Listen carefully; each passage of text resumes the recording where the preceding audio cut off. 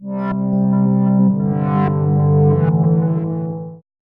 guys! Hey! Welcome back to the channel. It's Delaney. I'm Chip. And today we're doing our October palette of the month. I was gonna October, November. Our Palette October of the month. Oh man. It's been a long night. October has been wild.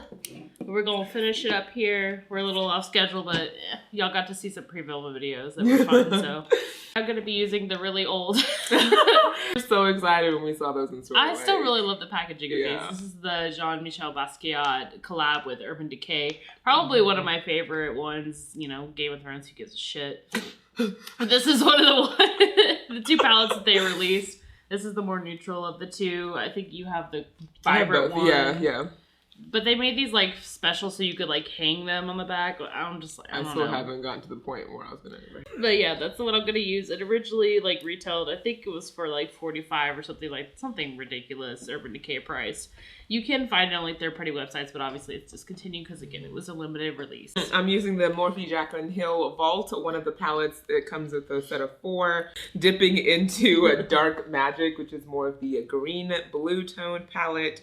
That was the only one I was debating on getting when I saw the Vault get released. And I'm like, Yeah, they did sell them separately, which was nice. So you didn't have to get the whole set. Let's do it. Yes. Using this Mirabella eyeshadow primer. It's actually pretty good. I more so like it for like breast pigments, but I mean, you know, whatever. I'm gonna do the Morphe Emma 330 and go in with Not For Sale, which is like a nice caramel brown. Okay, I'm gonna go ahead and cut the crease using the ColourPop No Filter Concealer, and this is in the shade Fair 00. It's the white shade. Lids are primed. Let's dive into Inside Job, which is a really nice dark green. So I know that you were a big fan of the James Charles palette when it came out. Are you? If you didn't have the big one, would you get the mini? I don't know. I'm so biased because I'm like, I want the big one because I want the big one. Yeah. As far as being a palette with a ton of colorful shades, it's a good find. Because there's such a shortage of them out there, you know, colorful palette. But then to be that palette, I'm like, create something new. No, he's already made the best one. I don't need to make him up. I'm like, create something new. I'm gonna go in with the Sephora Pro 14 and the shade Crown, which is a metallic-y yellow. I know we talked about the Tati release, beauty release. How do you feel about it? Well, I was watching a video before I headed over today, was getting my face ready, and she sold out. And then she did like a pre-order, so she knew how much to buy again. Which I mean, like, girl, don't you have enough money to keep it on stock? Like, it doesn't. Are you afraid you're gonna order too much of your initial launch palette? Are you worried? And I feel like I'm not interested just because it's like a very nude palette, and I don't do a lot of nudes every day. So if I feel like the everyday makeup wear, okay, that palette is definitely towards you. But to me, I'm just like, it would sit in my drawer. I would maybe use maybe 1 or 2 shades as transition colors, but I would never go for it every day because I just don't wear those looks every day. But I'm interested to see what they're gonna swatch like.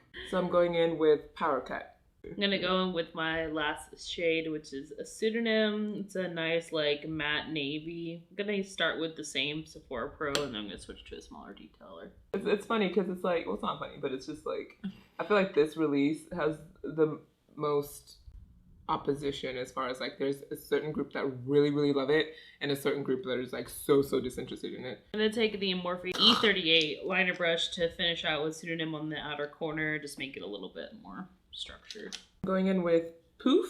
I'm gonna go with ColourPop, and this is DTLA. Okay, so I'm gonna go in with the Sephora Pro 15 and go back in with Inside Job and just go under my eye here. Trace the Good Vibes mascara. I'm gonna use this a little bit more since I just left it in my kit. It's such a thick bitch. Like, okay, well, this is mascara is dry. I'm gonna go with my lip. This is Maybelline from Baby Fat. You've seen me use this like once. For mascara, I'm going in with the Tarte Big Ego mascara. I just opened this one. This was from a BoxyCharm. Okay, I'm gonna do some lashes. These are the Tati TL25s. Alright, so for lips, I went in with, again, this was something in one of our drugstore videos.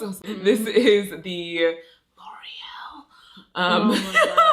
this was one of the matte lipsticks. It's the Bold Mauve. This has actually become one of my top favorite nude lipsticks, and that video wasn't a complete failure.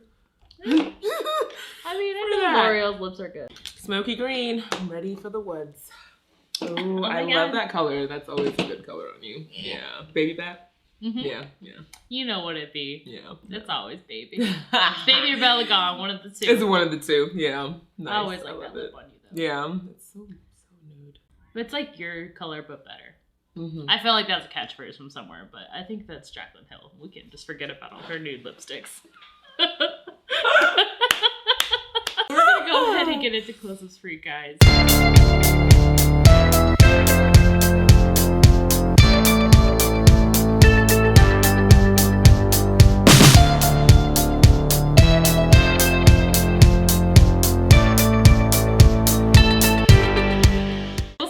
Next one, please subscribe and follow us on our Instagram. It's all sugar and spice _ makeup, and we will see you guys on the next one.